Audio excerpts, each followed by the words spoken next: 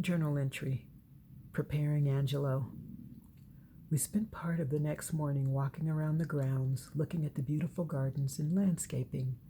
After lunch, we took a leisurely bike ride to see some of the sights around the island. I was experiencing some pain, but I managed it with Tylenol and ibuprofen. We stopped to see Fort Mackinac. Then we went to the Butterfly Conservatory. It was an all glass conservatory with lush plants surrounded by hundreds of butterflies in special greenhouses. Soft music played in the background. "This is so awesome," I said, lacing my fingers through Angelo's as we sat and watched all the different colors and breeds of butterflies. "It is pretty amazing." I sighed, taking in the glass section surrounding us as various thoughts filled my mind. "You know, I read a book about a woman who had a near-death experience, and she said that in heaven the colors are even more vivid and beautiful than they are here. I'll bet the butterflies there are brilliant looking." "I am sure you're right, Amore," was all he said, but he didn't need to say anything else for me to know what was in his heart. I turned and smiled lovingly, caressing his face, wishing I could smooth away the subtle sadness in his handsome features. He kissed my hand, holding it against his heart, and we took another moment to look before getting up to leave. That evening, after we had dinner, we went back to our room to watch Somewhere in Time. I told Angelo before we came that since we were there, it was only fitting. This time he had a video cable, so we hooked up his laptop to the television and watched it. This time, however, it was a little harder to watch. When Richard and Elise became separated by time and Richard ended up dying from a broken heart because he couldn't get back to her, the tears came in a rush, and though Angelo said nothing, I felt emotion rolling through him, could feel the pounding of his heart against my palm, hear it in my ear as I lay my head against his chest. His embrace tightened and his lips grazed my brow. After a moment, I sat up and smiled. "Tomorrow we'll go and see the gazebo and stables, okay?" Caressing my cheek, he smiled back and said, "Okay." Accepting the inevitable. It was our last morning in Mackinac when the pain began to worsen. We had just awakened when I sat up, releasing a low groan and taking a few deep breaths, the pain hitting me harder than normal. Angelo kissed my brow. "Sweetheart, the Tylenol and ibuprofen are not going to work anymore." I looked at him sadly. I know. The worsening pain had been inevitable. He wiped my tears away, attempting to keep his own emotions at bay. "Will you get me my meds?" Kissing my cheek, he went into the bathroom, and I was grateful we had gotten the prescriptions filled. In place of the over-the-counter medicine, I would now take morphine, a low-dose antidepressant, and another medication to control the nausea. I had put it off for as long as I could. Now there was no choice. I had to take the stronger meds. The doctor told us he had been amazed that I'd stayed healthy for as long as I had. He attributed it to regular exercise and a good diet. That may have been true, but I was pretty certain God had something to do with it as well, and I would never stop thanking him that Angelo and I realized our love for each other before it was too late. He returned with a glass of water, the meds, and supplements. He dumped the pills into my hand, and I took them all at once. I lay my head against my loving husband's shoulder, and he gently held me, trying not to hurt me. He would never want to cause me additional pain. He reached for the bakery box on the nightstand and gave me the last sweet roll to eat. Since I was supposed to take the medicines with food, I took 2 small bites and chewed slowly. "I'm sorry, Amore," I said, touching his face. "As soon as the meds kick in, I'll shower and dress, and we can go." "You have nothing to be sorry for. We can do whatever you want. I just don't want you to overdo it, all right?" "I won't, but I don't want to spend our final day stuck in the room. Even if we just go out for a while, I'll be happy." "Just promise me you will let me know when you need to come back." "I promise." There was so much sadness and pain in his blue eyes, but I knew he wanted to be strong for me. I was determined to enjoy our final day in Mackinac, and he would help me do that. Drawing back a little, I looked up at him and he smiled, kissing my lips. I gave him a brave smile in return, disguising the sadness I also felt. I think I can go and shower now. Okay, and while you are showering, I'll order up some breakfast. Hopefully, it will be here by the time you're done. Okay. Standing, I leaned down to kiss him. Ti amo, Angelo, I whispered against his lips. I love you too, Duchessa. I managed to shampoo my hair and tame it into a loose bun, feeling no desire to attempt anything else. I dressed in one of the new outfits I'd bought the day before, wanting to look nice for Angelo. Of course, he always thought I was beautiful, no matter what I wore. When I came from the bathroom, Angelo had everything ready and we sat down at the table to eat. I looked at him a long moment, not missing the fact that he'd been crying. He smiled and I smiled back, tears filling my tired eyes. The medication was affecting me already. I suggested that we go on the porch for a while and people watch. Angelo grinned and said, "Whatever you want, tesoro mia."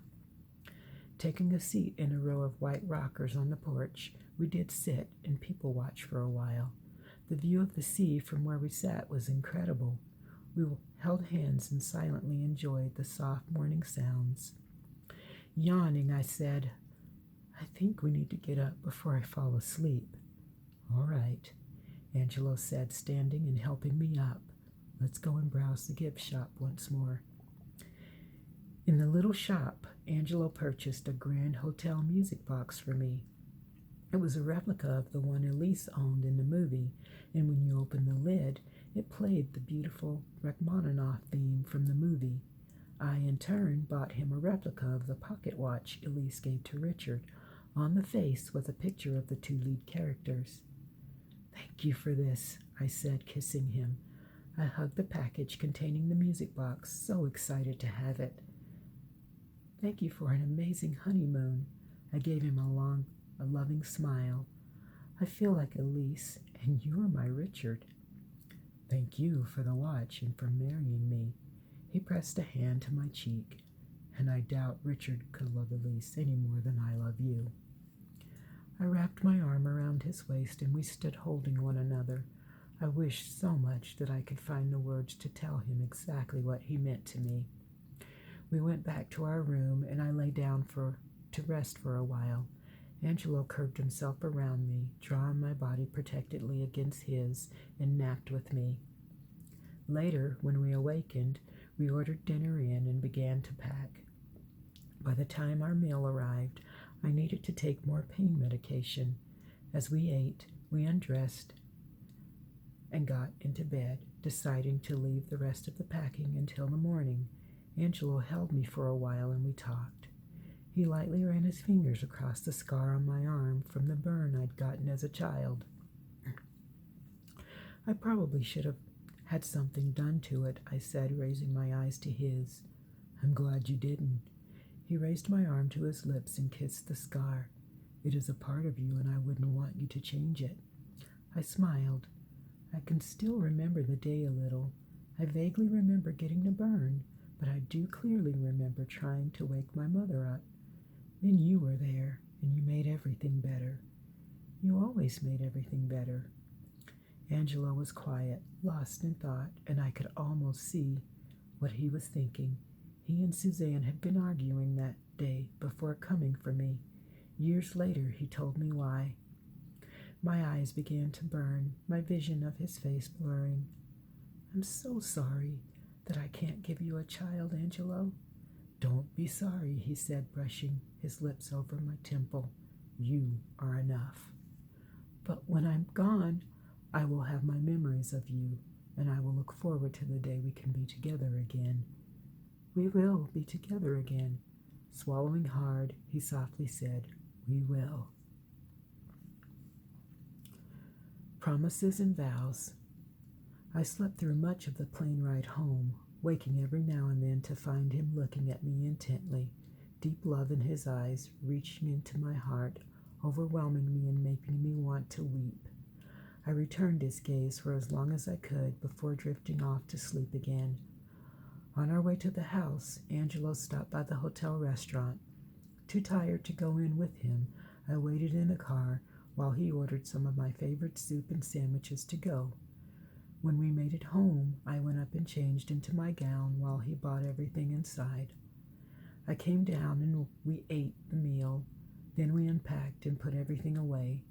Removing the music box from its packaging, he set it on my bedside table so that I could always see it when I awakened each morning. I finally took my medication and lay back against the pillows, watching him put the last few things away. He opened the music box and I smiled, melancholy filling me as the rhapsody gently played. Angelo sat down on the bed beside me. "Can I get you anything?" He brushed the hair from my face, tucking a small lock behind my ear. Unable to help it, tears filled my eyes and quickly spilled down my cheeks as a profound sadness swept over me. "What is it?" "I'm just so sorry to put you through this." "Oh, Angel, don't be sorry. I love you. You are my wife, and this is my place." As soft sobs burst from me, he crawled over next to me and drew me into his arms, pressing his lips to my brow, rocking me slowly. "Don't cry, baby. Please, don't feel sorry." I felt his tears drop into my hair. He finally drew back a little. "Look at me, Katusha," he said, and I raised my eyes to his. "Do you remember our wedding vows? We promised each other, Katia. I promised you we would get through this together." Holding me close, he softly recited our vows. "I promise to love, honor, and cherish you, and always be faithful to you through the good times and the bad. My love for you is unconditional, Katia, and I promise you that my love will see you through clear skies and stormy days. No matter what comes, I will love you through it, forever and beyond." "That will never change, Tesora." Holding me closer still, he said, "If there is one thing I have learned from the story of Richard and Elise, it is that true love transcends all things. Regardless of the circumstances, there is always hope." His voice cracked. "And though I will lose you for a time, I have hope and the faith that we will be together again. I know we will. It is this knowledge that will keep me going." I touched his cheek. "I love you," I whispered, raising my mouth to his, letting the passion of his kiss roll through me. For as long as I could, I wanted to give him all I could, because one day I would have nothing left to give, only lingering looks and longing looks, and the knowledge that my heart would be his for eternity. Before leaving for work the next morning, Angelo placed my meds and a croissant and some juice on my bedside table.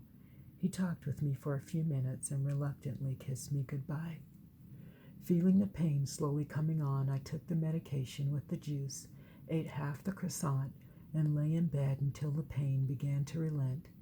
At 9, I called Kate and asked her if she had time to come over and cut my hair, hoping I'd caught her at a time that she wasn't suffering from morning sickness. Kate and Lee had called us the night before to welcome us home and share their news. Kate was finally pregnant again after years of trying. We were happy for them and would not allow sadness over our own inability to have a child diminish our joy. Kate assured me that she was fine this morning and always had time for me. She came right over. "What do you think?" Kate asked, handing me a mirror when she was done. She had given me a very short, tapered pixie cut. My eyes moved over the thick tresses, covering the floor a moment before gazing at my reflection. "I love it. Do you think Angelo will like it?" "He will love it," Kate assured me. "Honey, you could have the worst haircut in the world, and that man would still think you were the most beautiful woman in the world." I smiled. I still can't believe how much he loves me. Kate grabbed the broom and started sweeping up the hair. "Angelo's heart was always meant to be yours, Katia."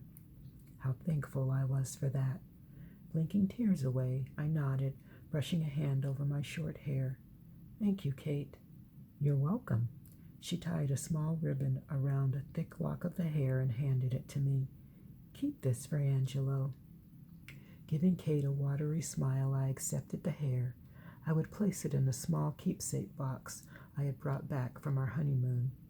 After Kate left, I took a quick shower and dressed in a bohemian-style skirt and a light sleeveless crocheted blouse that I'd bought on Mackinac Island, wanting to look nice for Angelo. Then putting together a list, I ordered groceries and had them delivered. As soon as I put everything away, I threw together a meatloaf and put it in the oven along with a couple of baked potatoes and set the timer. By the time I finished, I was so tired I lay down on the couch in the family room and covered myself with a light blanket, immediately falling asleep. I awakened to the sound of the kitchen door opening. Hi, I said sleepily, sitting up on the family room couch. Placing his laptop and what looked like my favorite cake on the counter, Angelo came over and sat down, immediately taking me in his arms. He touched my hair, warming me with his adoring gaze. Do you like it? I asked. I love it. You're beautiful. Thank you. How are you, amore? I'm okay. Just glad to see you.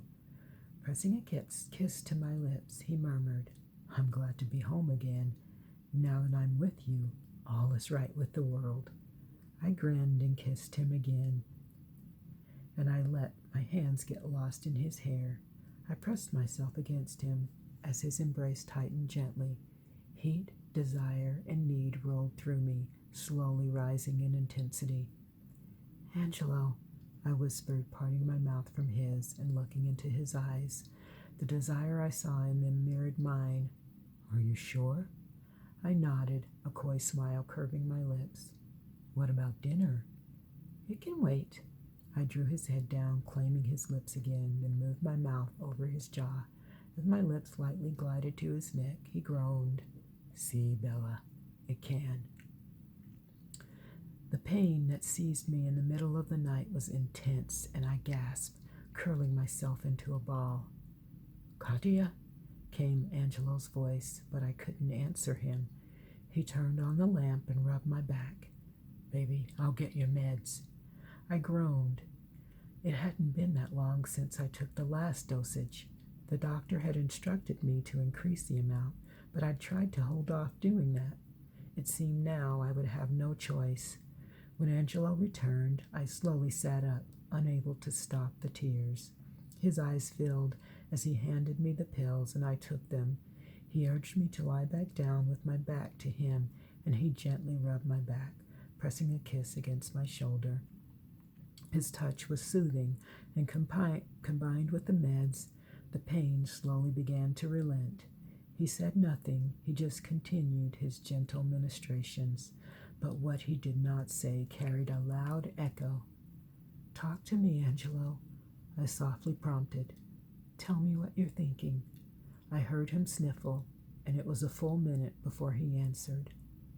I don't want to be without you. His voice was a broken whisper. I don't want to go. I want to go with you, to be wherever you are. I turned over and held his face between my hands. His eyes were tightly shut, tears trailing over the bridge of his nose. Look at me, amore mio. When he finally opened his eyes, the anguish in them was almost more than I could bear. You have to carry on for the both of us. As long as you live, I live, and we will be together again in God's time, not ours. Promise me you will never give up. I drew his head forward, pressing my mouth to his. Promise me, Angelo, I whispered against his lips. Promise me, if nothing else, promise because you love me. I promise, he finally said, burying his face against my neck. For you, I won't give up, because I love you. I love you so much.